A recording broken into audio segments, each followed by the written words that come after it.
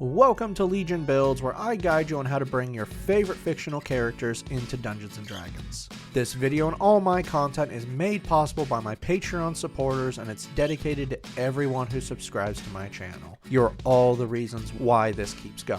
Join the Legion today at patreon.com/63rdlegion for free and help decide next week's new character. Joining my paid tiers allows you early access to my content, a shout out in my videos, homebrew D&D items for your games, and a chance to play some D&D in the Patreon community. We now have a Discord. It's just getting started, but we have some future plans coming, like events for Discord members and Patreon members.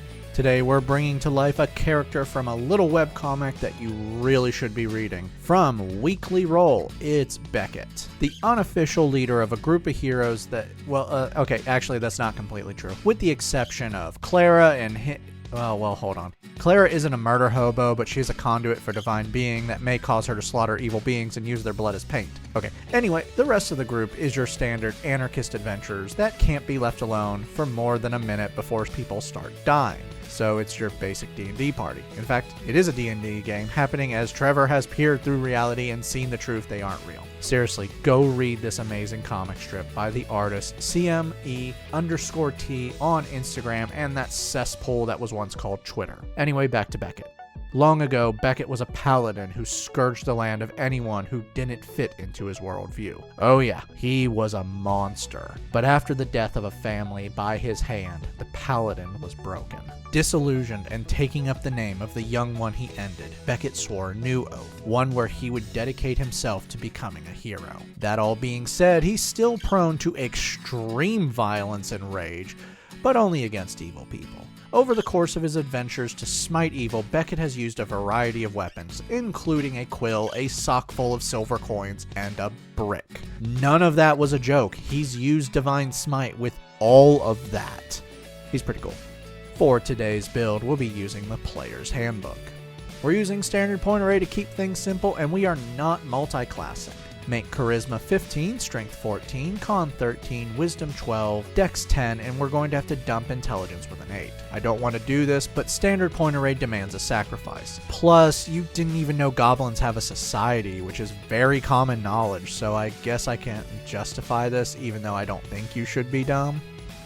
Becket is a human, resourceful, grants you an inspiration dice at the end of a long rest if you don't already have one. Skillful gives you a free skill, grab Insight. Versatile lets you take a bonus origin feat. For this feat, Tavern Brawler makes it so you're ready for combat no matter what. Your unarmed strikes are now 1d4, you are proficient in improvised weapons, like maybe a brick on a rope. When you roll damage for an unarmed strike, you can re-roll damage dice of 1, and when you hit someone with an unarmed strike, you can push them back by 5 feet after you damage them. To finish out your lineage, you know the language Common and 2 more of your choice.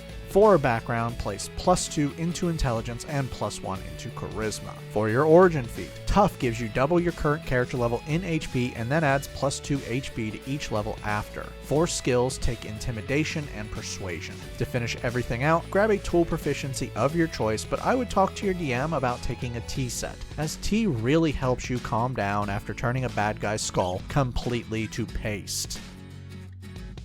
Level 1 Paladins start things off with 2 skills. Take Religion and Athletics. You are proficient in all melee weapons, all armor, shields, and the saving throws, Wisdom, and Charisma. Lay on Hands grants you a pool of healing points you can use to heal. As a bonus action, you can touch someone or yourself and take from this pool to regain HP. You also can spend 5 from the pool to cure 1 disease or neutralize 1 poison. The total of this pool is 5 times your Paladin level. You can regain all use points at the end of a long rest. Spellcasting gives you magic spells. Your spellcasting modifier is Charisma, you regain used spell slots at the end of a long rest, and you're starting off with 2 first level spells. In all the comic strips, you only ever mention or show 2 different spells, and you'll automatically be getting those spells with this build, so let's have some fun with this. But before that, Weapon Mastery lets you access special properties of your weapons. At the end of a long rest, you choose 2 weapons, and now you can access those weapon mastery illusory properties. There is a slight problem as your main weapon is a brick at the end of a rope.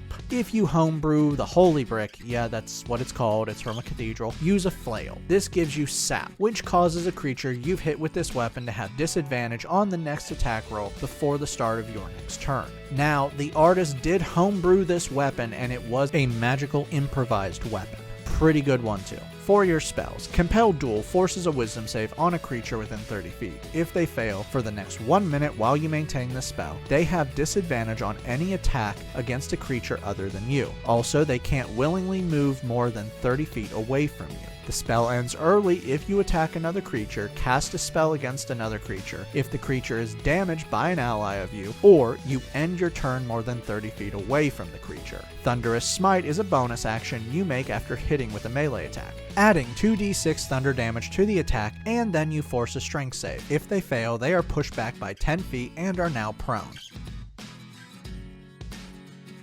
Level 2 Paladins learn a fighting style feat. For this feat, Interception is going to protect your friends. When holding a shield or weapon, if you see an attack hit another creature within 5 feet of you, you can use your reaction to reduce the damage by 1d10 plus your proficiency bonus. Paladin Smite gives you one of the spells I mentioned. Divine Smite is a bonus action that empowers your attack with divine energy. When you hit with an attack, you can add 2d8 radiant damage, and you add another d8 of damage when hitting an undead or fiend.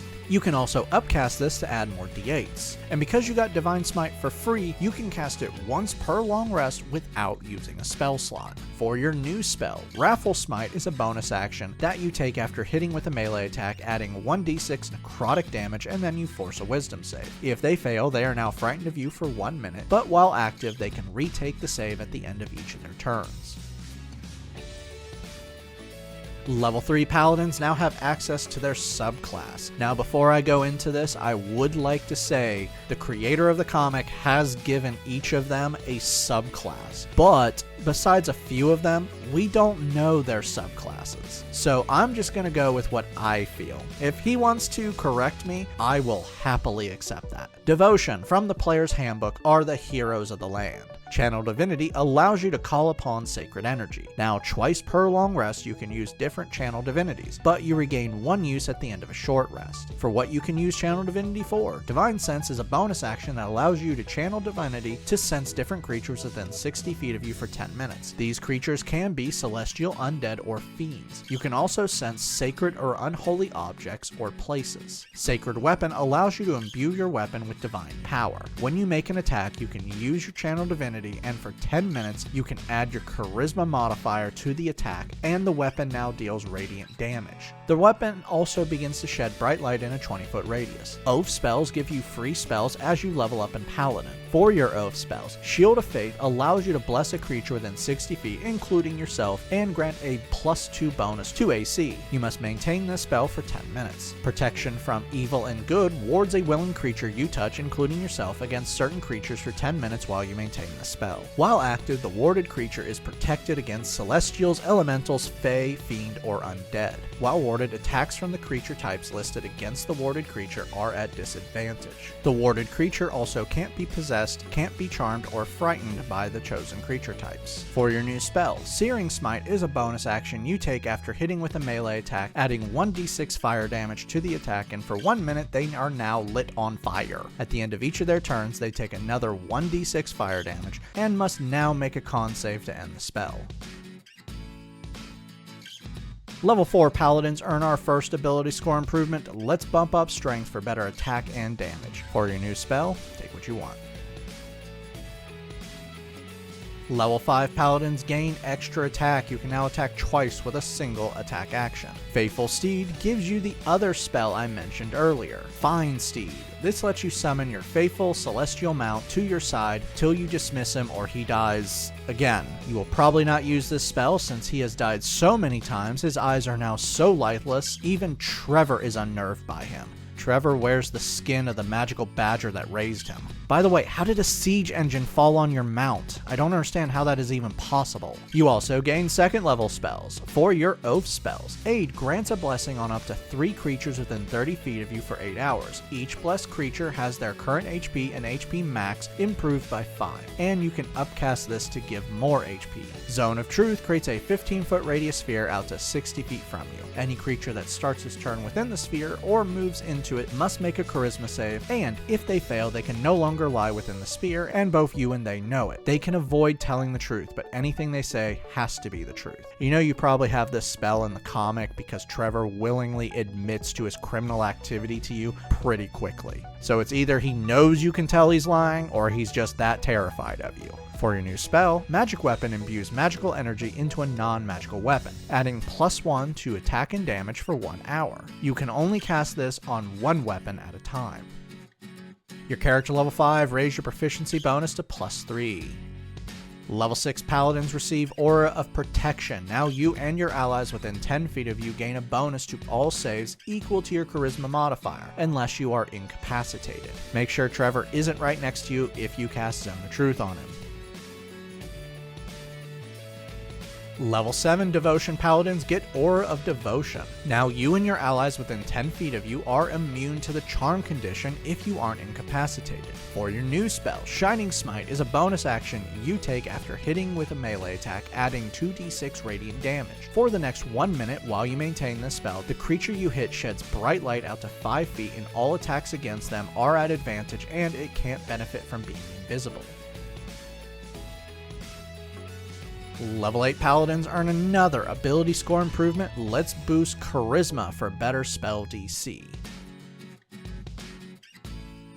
Level 9 Paladins gain Abjure Foes. With an action, you show your weapon and use your Channel Divinity to force a Charisma save on a number of creatures equal to your Charisma modifier within 60 feet. If they fail, they are frightened of you for 1 minute or until they take damage. Being frightened with this feature means they can only do one thing on their turn. They can either move, take an action, or a bonus action. You also gain 3rd level spells. For your oath spells, Beacon of Hope blesses your allies that are within 30 feet of you for 1 minute while you maintain the spell. You choose creatures to have advantage on wisdom and death saves and will always gain the max HP when healing.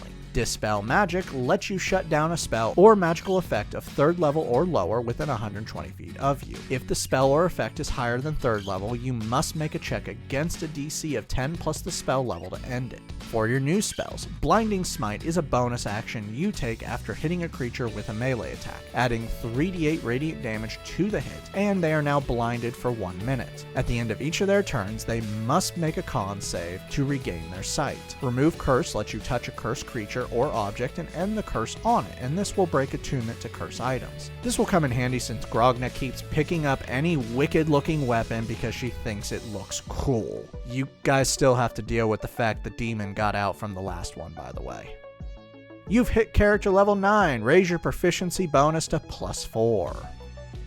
Level 10 Paladins now have Aura of Courage. Now your allies within 10 feet of you are immune to the frightened condition when you are not incapacitated.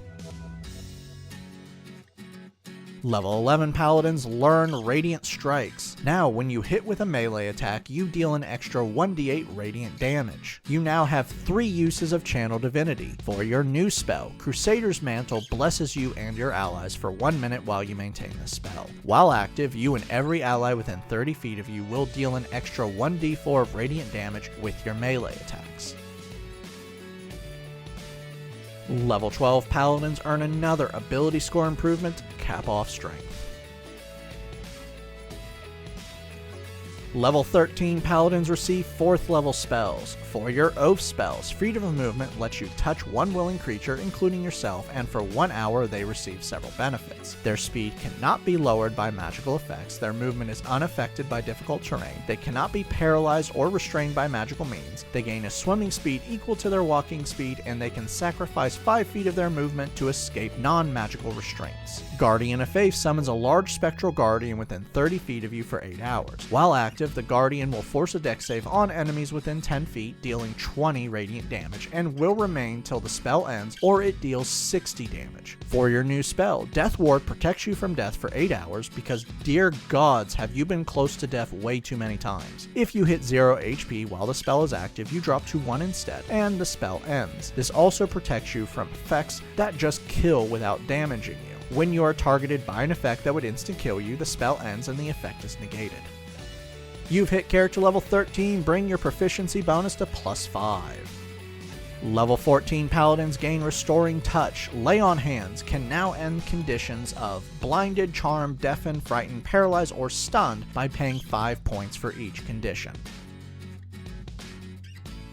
Level 15 Devotion Paladins get Smite of Protection. Now when you cast Divine Smite, you and every ally within 10 feet of you gain half cover till the start of your next turn, as long as you aren't incapacitated. For your new spell, Staggering Smite is a bonus action that you take after you hit with a melee attack that deals 4d6 psychic damage. You then force a Wisdom save on the creature you hit, giving them the stun condition until the end of your next turn.